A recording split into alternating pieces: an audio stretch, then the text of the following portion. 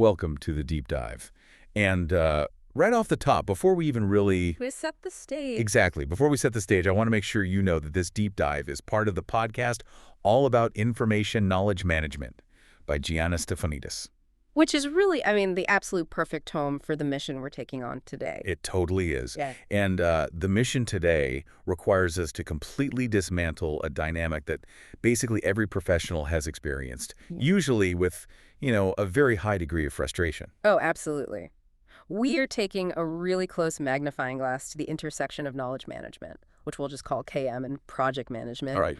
The whole goal is to figure out how organizations can stop this agonizing cycle of reinventing the wheel and start treating their collective experience as an asset, like their most potent compounding asset. I want you, the listener, to just picture a scenario for a second.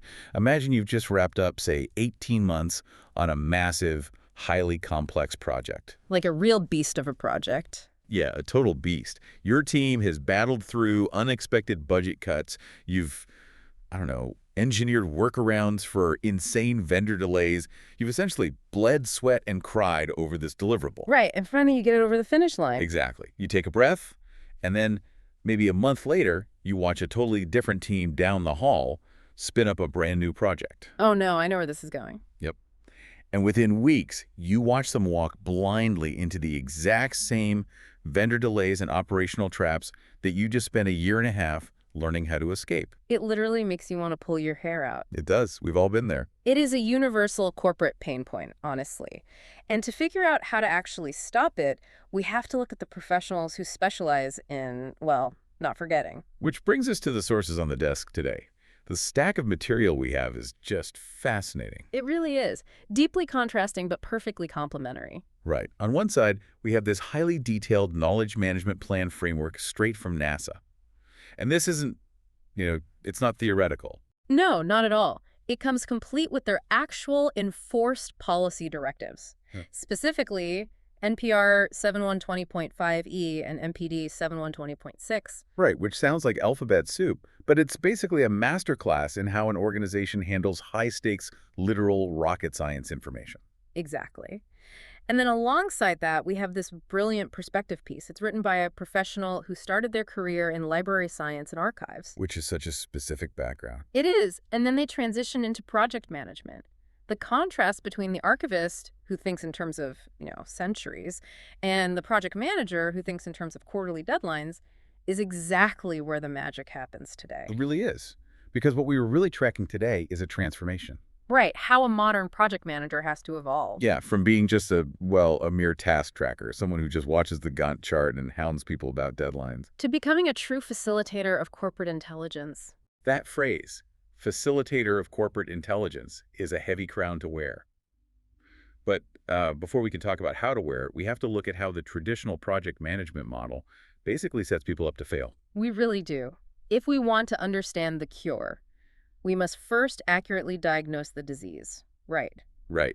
We have to look at the trap of organizational amnesia and what our sources call the deadline fallacy. Because if you look at how traditional project management has historically handled the concept of lessons learned, it's almost always been this perfunctory, hurried, check-the-box activity. Scheduled at the absolute end of a project's life cycle. Exactly. You deliver the product, the team is completely exhausted, half the personnel have already been reassigned to new departments. And the project manager schedules a final 1-hour meeting on a Friday afternoon and just says, okay, everyone, what have we learned? It's completely backwards. To really visualize how flawed this is, imagine a construction crew building a massive, complex custom house. Okay, I like this. So during construction, they hit terrible plumbing issues. So they have to invent a completely new way to reroute the pipes through different walls. Right, they're adapting on the fly. Exactly. They swap out load-bearing beams because of supply chain failures. But they never update the blueprints while the walls are open. Oh, that's a disaster waiting to happen. Right.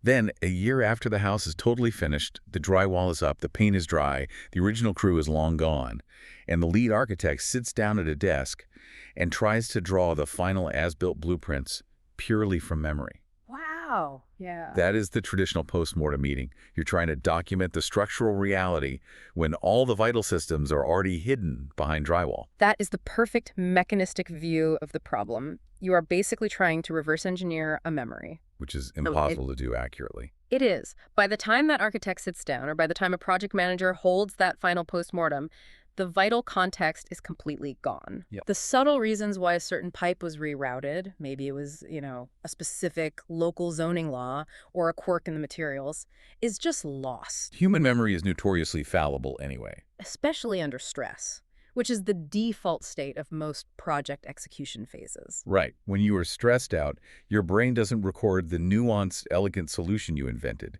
It just records the pain of the crisis. Precisely. It remembers the panic, not the process. And the consequences of waiting until the drywall is up, so to speak, are severe. Massive consequences. First, because you waited until the end, proactive steps that could have been taken during the project to course correct are missed entirely. You suffered through operational friction for 6 months. It could have been solved in week 2. Exactly. If you had just paused to document and analyze the pattern. And second, on a macro level, the organization's intellectual capital simply evaporates. The company essentially pays the tuition for the exact same mistakes twice, or 3 times, or 100 times. Which perfectly frames the library science perspective in our sources. This archivist turned PM points out that bringing knowledge management into project management isn't just some corporate trend. It's a survival tactic. It is an absolute necessity, driven by the fact that information is just getting too complex to hold in our heads anymore. Right. Archivists have spent centuries perfecting the mechanics of storing information so that it can be retrieved by a total stranger 50 years in the future. And when this professional transitioned into managing fast-paced projects, they immediately identified the danger of what they call the deadline fallacy. Which is such a great term. It really is. It's the persistent belief that the only metric of reality is the deliverable itself. Did we ship the software? Did we construct the building? Right. If a project culture focuses strictly on those deliverables and ignores the underlying knowledge flow, The literal step-by-step intelligence of how the team actually learned to build the software. they are doomed to the cycle of reinventing the wheel. And when you ignore that knowledge flow, you invite organizational amnesia. Think about a long-term initiative. Say you have a lead database architect who has been working on a massive system integration for 3 years. Okay. They know every undocumented bug. They know which vendor to call when the server acts up, and exactly what to say to get them to fix it quickly. All that unwritten context. Exactly. And then, out of nowhere, they get a better job offer, and they leave on a Friday. Ouch. Right. If you haven't been actively managing that knowledge flow, that person's departure is basically a catastrophic brain injury to the project. It truly is. The organization literally forgets how to do its own work because the knowledge was trapped in one person's synapses, not in the corporate memory. It is a massive vulnerability, and yet it is entirely predictable. The loss of what we call tacit knowledge, that unwritten, highly intuitive know-how. Right, the stuff that's just in your head. Exactly. It's a silent, continuous drain on a company's bottom line. Tacit knowledge is the absolute hardest thing to capture because it's usually automatic to the person who holds it. They don't even realize they know it until someone asks them a highly specific question. Right. But let me play devil's advocate here for a second. Let's introduce some reality-based friction. Okay, bring it on. If every executive and every project manager on Earth knows that organizational amnesia is devastating, Which they do. right, and everyone knows losing key personnel hurts, why is a culture of documentation so incredibly hard to maintain during an actual project? That's the million-dollar question. Because when you are in the trenches trying to hit a deadline, the absolute last thing you want to do is stop your workflow to write a detailed wiki article about the integration you just finished. It feels like an unnatural interruption. You're just trying to survive the day. Exactly. But our library science source provides a very clear mechanistic answer for why these documentation cultures fail. Oh. It's because without a structured taxonomy, documentation quickly degrades into paralyzing information overload. Oh, wow. If leadership just tells an engineering team, hey, make sure you write down everything you do, you don't get knowledge. You get a massive, unsearchable data dump. And professionals inherently know that writing something down that will never be found is just a complete waste of their valuable time. Right. They won't do it. I think everyone listening has experienced the digital equivalent of this.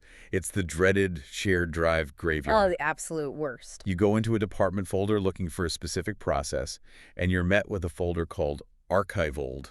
Inside of which is a folder called Donatus. Yes. Inside of which is a file named finals2, actually, finalusethiszone.doxys. It's absolute chaos. You know the answer's in there somewhere, but it would take you 3 days to find it. Exactly. So people just give up and reinvent the wheel. That is exactly what happens when you lack a taxonomy. In archival science, a taxonomy isn't just a system of folders. It is an agreed-upon, standardized language. It's like a customized Dewey Decimal System for your project's specific engineering quirks or operational realities. It ensures everyone tags and categorizes data the exact same way. If you don't provide that taxonomy, you are just handing your team an empty warehouse and saying, throw your loose papers in here. And information has zero value if it cannot be retrieved. So the root problem isn't that people are lazy about documenting. It's that we haven't given them the architectural structure to make the documentation actually usable. Exactly.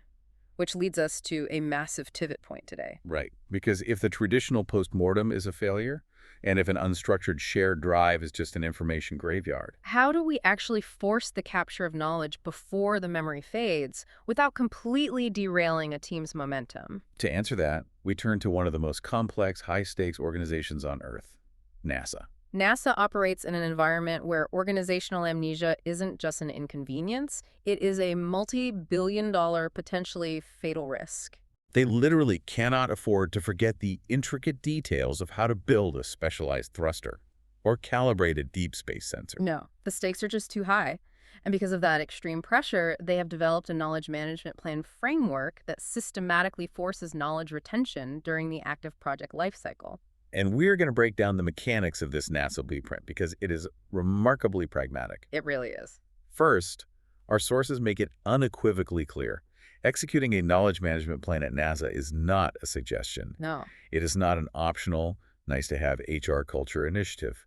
It is a strict, legally binding mandate embedded right into their project plans. Those policy directives we mentioned earlier, NPD 7120.6 and NPR 7120.5E. Right. They dictate that a project manager literally cannot pass key approval gates unless they prove they are actively managing what their team knows. And they enforce this for hard operational reasons. It's about cost efficiency, maximizing existing resources, and ensuring that future schedules are grounded in historical reality. Rather than optimistic best-case scenario guessing. Exactly. NASA breaks their framework down into 3 non-negotiable components that map directly to the chronological life cycle of a project. Okay, let's hear them.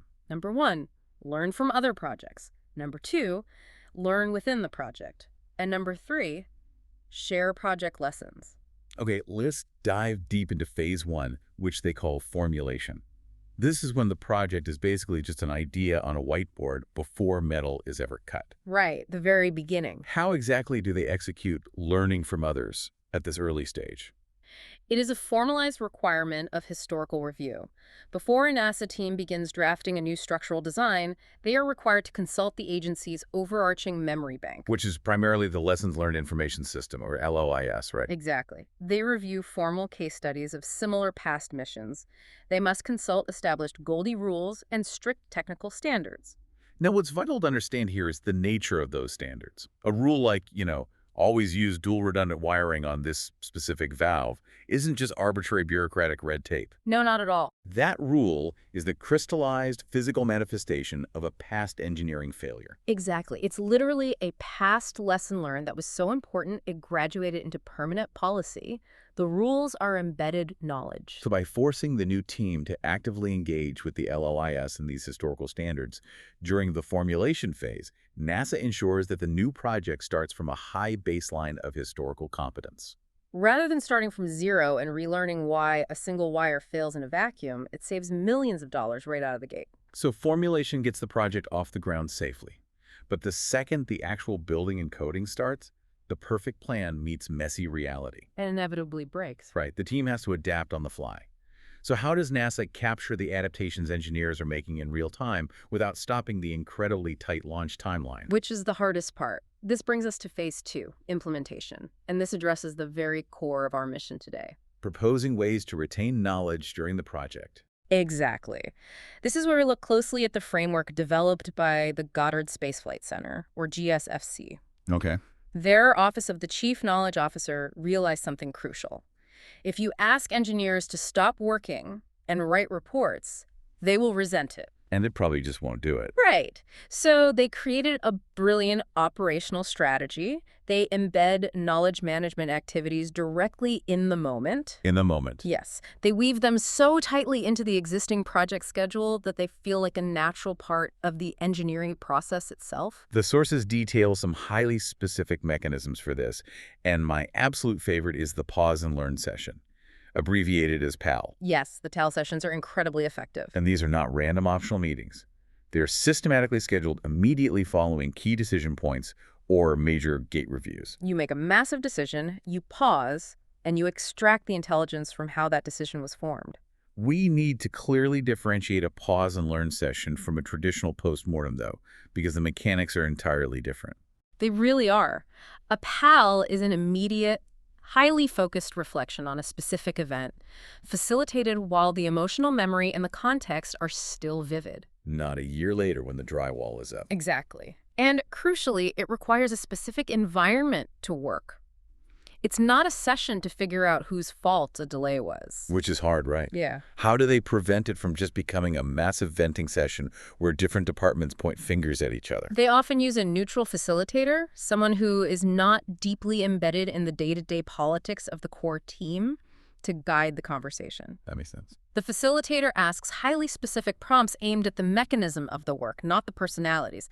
They ask, what were our core assumptions going into this gate review? Right. What was the actual reality we encountered? What was the specific gap between our assumption and reality? And what mechanism failed? That is brilliant. It completely removes the ego from the equation. So there's not, why did this software team mess up the code? No. It's, why did our predictive timeline for the code integration fail? You are analyzing the process, not judging the people. Precisely. And in addition to PAL sessions, NASA mandates the active discussion of lessons learned during peer reviews in the early design phases. So it's not just a review of the mathematics or the physics. Exactly. It is a peer review of the workflow itself. The sources also talk about a mechanism called knowledge maps. Teams are expected to continuously document insights and turn them into these maps. What does that actually look like in practice? A knowledge map is a visual and structural representation of where expertise lives within the project ecosystem. Okay. It's the practical application of that taxonomy we discussed earlier.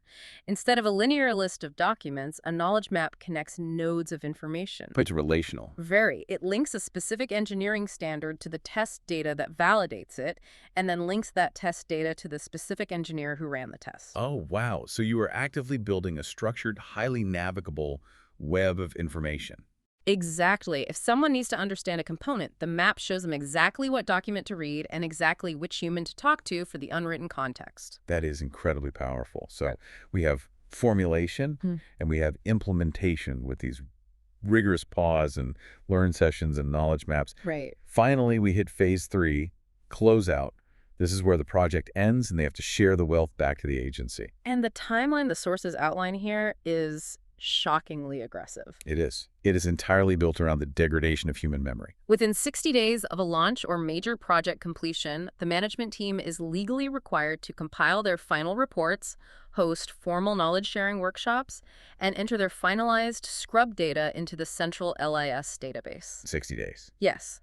Furthermore, within 90 days, they are required to co-develop a detailed article for Appield Knowledge Services, which is then published agency-wide. The 60-day rule is the absolute linchpin here. 60 days out, the sheer exhaustion and adrenaline of the launch are starting to fade. Right, but the intricate details of the work are still neurologically intact. Exactly. If you let it go to 6 months, the details are a blur. NASA uses this strict window to force the transition of tacit knowledge, what the engineers hold in their heads, into explicit knowledge, what is permanently written down in the system. They force it before organizational amnesia can take root. The mechanism of the 60-day and 90-day deadlines creates a hard boundary. It signals to the team that the project is not truly delivered until the knowledge generated by the project is also delivered. The intelligence is treated with the exact same reverence as the physical hardware. Now, I want to look at this from the perspective of a listener who might be, leading a fast-paced team right now. Okay, let's bring it back down to earth. Yeah. If you are building a literal spaceship, you have incredibly tight budgets, Mm. and you have launch windows dictated by the unyielding orbit of planets. The ultimate deadline. Right. Doesn't injecting pause and learn functions, peer process reviews, and strict 60-day publishing mandates add a crushing amount of administrative bloat? Doesn't this bureaucracy just slow everything down when speed is critical? That is the natural, instinctive reaction of almost any project manager when they first hear about KM requirements. Yeah, they hear more meetings. Exactly. But here is the critical paradigm-shifting insight from the Goddard framework. The primary beneficiary of these activities is not some hypothetical future team 5 years down the line. Who is it? The immediate primary beneficiary is the current project team itself. That completely reframes the ROI of documentation. It's not a tax you pay to the company for the future. No, it's an immediate investment in your own team's current velocity. Wow. Think about the mechanics of the pause and learn session we discussed. When a team conducts a PAL after a rough gate review, they aren't writing a history book for the archives. They are identifying immediate course corrections. Exactly. Yeah. They might realize, hey, our daily communication protocol with the legacy software team is fundamentally broken. If we don't fix the taxonomy of our daily reports right now, we are going to fail the next gate review. So these activities allow the team to pivot and adapt in real time. Right. Spending 2 hours in a focused PAL session might save the team 3 weeks of agonizing re-engineering work a month later. It doesn't add bloat. It systematically removes operational friction. It saves time and budget because it intercepts cascading errors before they multiply. That is a really powerful realization. It transforms knowledge management from an administrative chore into preventative maintenance for the team's workflow. Preventative maintenance, I love that. So, now that we understand this rigorous, cyclical framework of formulation, implementation, and closeout, we have to ask the most practical question of all. Who is actually doing this? Exactly. Who is actually responsible for executing this? Who is driving the bus on a Tuesday afternoon? Which brings us to a really illuminating comparison in our sources. Yes, between two distinct roles, Yeah. the project manager and the knowledge management specialist. You can have the most elegant KM plan in the world, but if the daily roles aren't clearly defined, it instantly degrades into chaos. So true. According to the NASA documentation, the project manager, the PM, is ultimately the one responsible for the execution of the KM plan. They are the captain of the ship. Right. However, they obviously cannot do it all manually. They must be master delegators and flow directors. They have to assign specific ownership. Like, who is the neutral facilitator for the next PAL session? Who is responsible for formatting the data for the LLIS upload?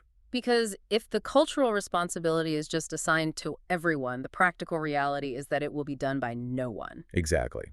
And here is where our library science professional provides a really sharp definition. Yes, I love this part. They argue that to survive the modern business environment, a project manager must view themselves primarily as a content curator. Which makes perfect sense. In the digital age, the core problem isn't finding information. Right, we have too much of it. The core problem is filtering out the noise. The PM has to actively shield their team from information overload. Curating only the essential, high-value knowledge needed for the next immediate task, so the engineering or creative team can actually maintain focus. Curation is vital, but alongside curation, the PM's most critical hands-on knowledge task is what our source calls mapping flows. Mapping flows. This goes back to our discussion of tacit knowledge. Right? Exactly. The PM must be deeply, almost sociologically aware of the human element of their team. They need to know exactly where the vital experience lives. Like, which specific engineer instinctively knows how to manually override the calibration sequence? Or which administrative assistant knows exactly which forms to submit to fast-track a critical purchase order through the finance department. Because if that admin assistant leaves, the whole procurement process grinds to a halt. Right. So how does a PM map those flows practically? What is the actual mechanism? The mechanism involves identifying the single points of failure in human knowledge. Once the PM maps where that internal experience lives, they create practical pathways to extract it. Okay, give me an example. Well, if that senior engineer is the only one who understands the legacy API integration, the PM doesn't just ask them to write a manual. Because they won't do it. Exactly. Instead, the PM pairs that senior engineer with the junior developer for a week of explicit shadowing and pair programming. Oh, that's smart. The junior developer's entire job is to ask questions and document the unwritten steps. The PM forces the transition from tacit to explicit knowledge before that senior person moves on. So they manage the flow of intelligence just as tightly as they manage the flow of the budget. Exactly. Okay, so if the project manager is in the trenches doing all of that flow mapping and curation, what is the role of the knowledge management specialist? That's a great question. Because at NASA, for example, every single center has an appointed Chief Knowledge Officer, or CKO. What do they actually do all day if the PM is running the team? The distinction in scale and scope here is very important. The CKO, or the KM specialist, acts as the expert guide, the overarching architect, and the systems facilitator. So they aren't in the weeds of the project itself. No, they do not run the daily timeline of the project. They do not manage the budget. Instead, they provide the sophisticated architecture that makes the PM's job possible. They provide the vetted tools, the standardized templates, and the proven methodologies for capturing knowledge. Right. So when a PM needs to hold a complex knowledge-sharing workshop at the end of a project, the CKO steps in to co-design the curriculum. Ensuring that the information extracted is actually useful to the rest of the agency. Exactly. They are building the infrastructure that the PM drives on. Let's try an analogy to really lock in the difference between these two roles. I think this will help. Let's hear it. Imagine a high-end, highly successful restaurant group. The project manager is the executive chef inside the kitchen of their flagship restaurant on a chaotic Saturday night. Okay, stressful. Very. They are managing the immediate flow, they are shouting out orders, adjusting to ingredient shortages, and crucially, they're capturing the brilliant new techniques or flavor combinations that the line cooks invent on the fly during the rush. They own the knowledge of that specific kitchen. Exactly. And the knowledge management specialist. Well, in this scenario, the KM specialist, or the CKO, would be the author of the restaurant group's overarching master cookbook. Yes. They are not on the line sweating over the stove on a Saturday night. Instead, they are taking the brilliant, raw new recipes that the executive chef captured, Standardizing the measurements. formatting them into a unified taxonomy, and ensuring those new techniques are distributed, taught, and embedded into the training manuals for every other restaurant in the global group. The executive chef feeds the people tonight and proves their own kitchen.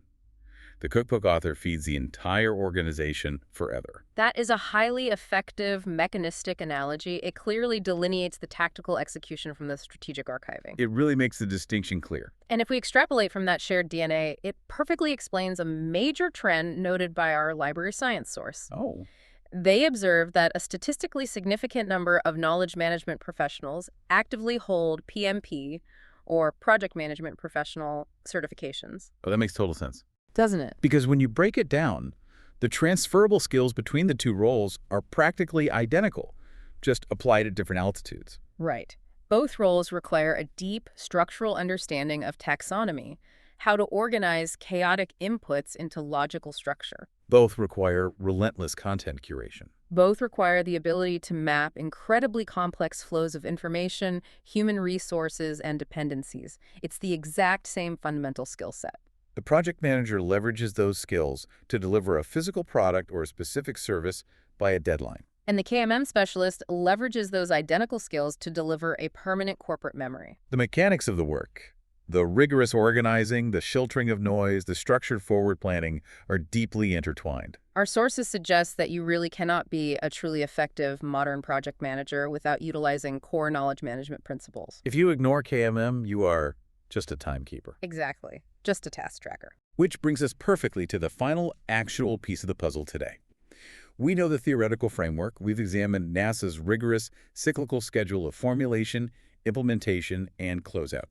We understand the dynamic partnership between the PM in the trenches and the KM specialist building the architecture. But how do these roles practically apply this mindset to the everyday, seemingly mundane tasks of a project? Right. How do you force yourself to look through this lens on a Tuesday morning? Exactly. Our library science professional provides a highly actionable tool for exactly this purpose. Yes. They outline 3 crucial questions.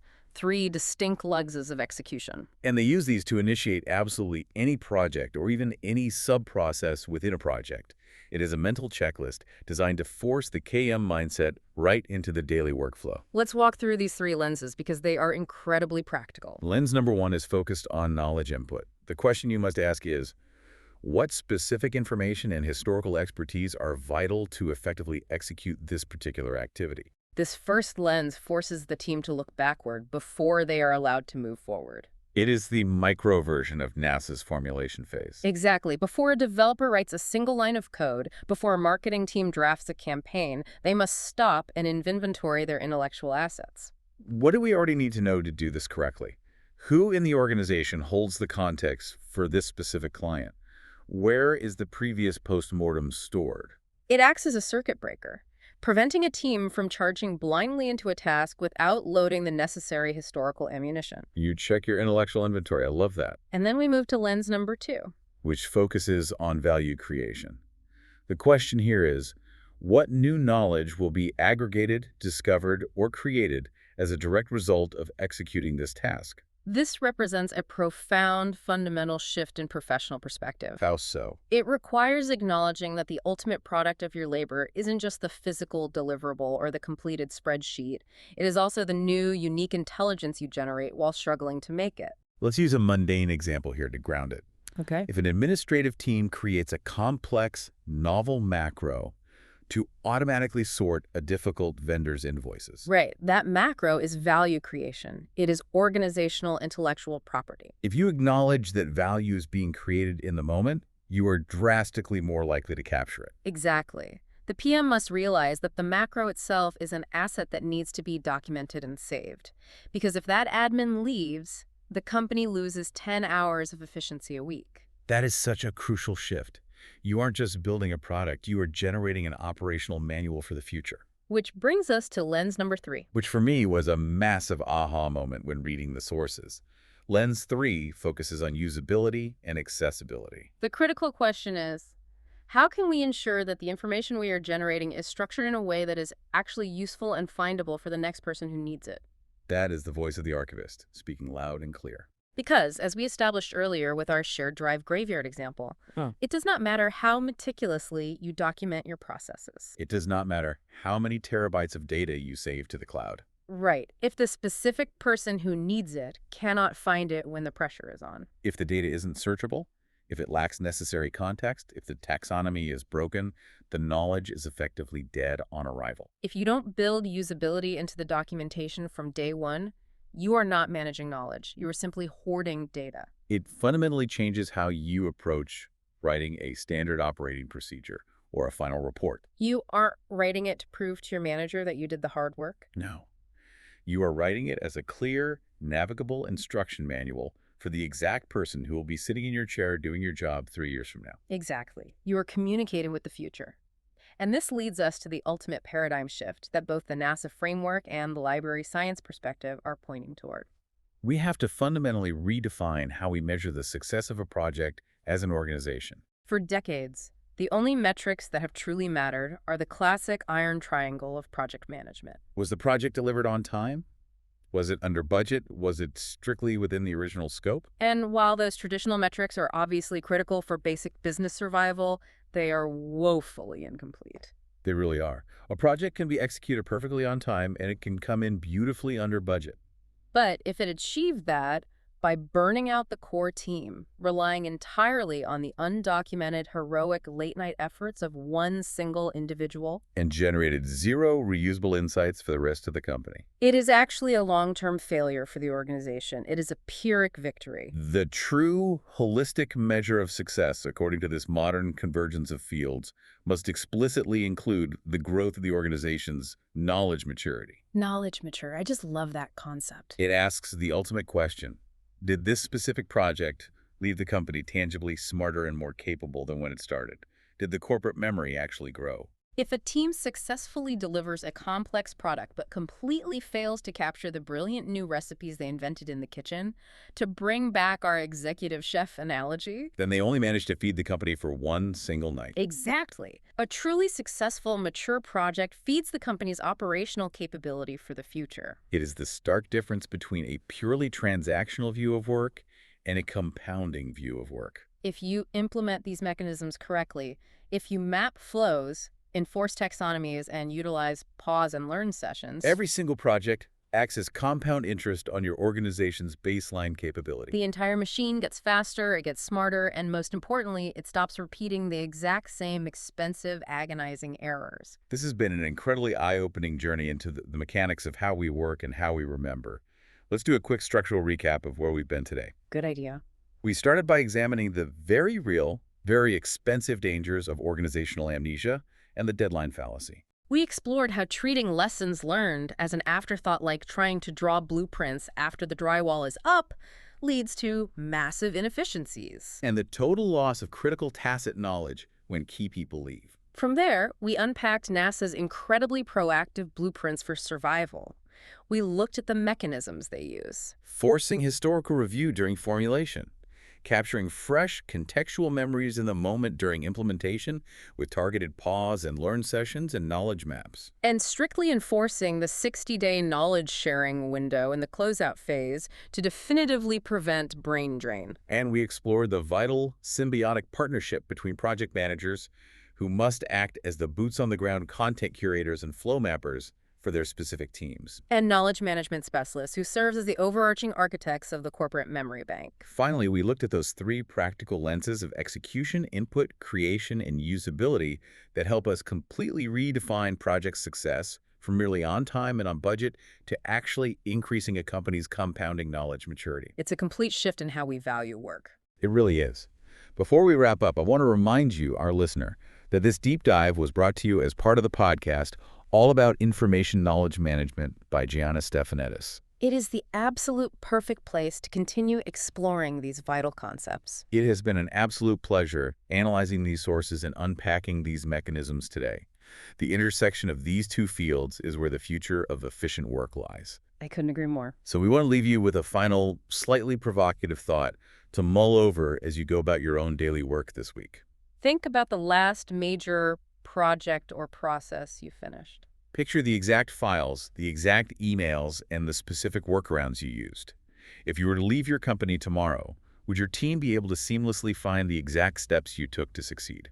Would they know exactly where the operational landmines are hidden? Or did your absolute most valuable insights, all those hard-won lessons that you sweat over, just walk out the door with you? It's a sobering thought. It is.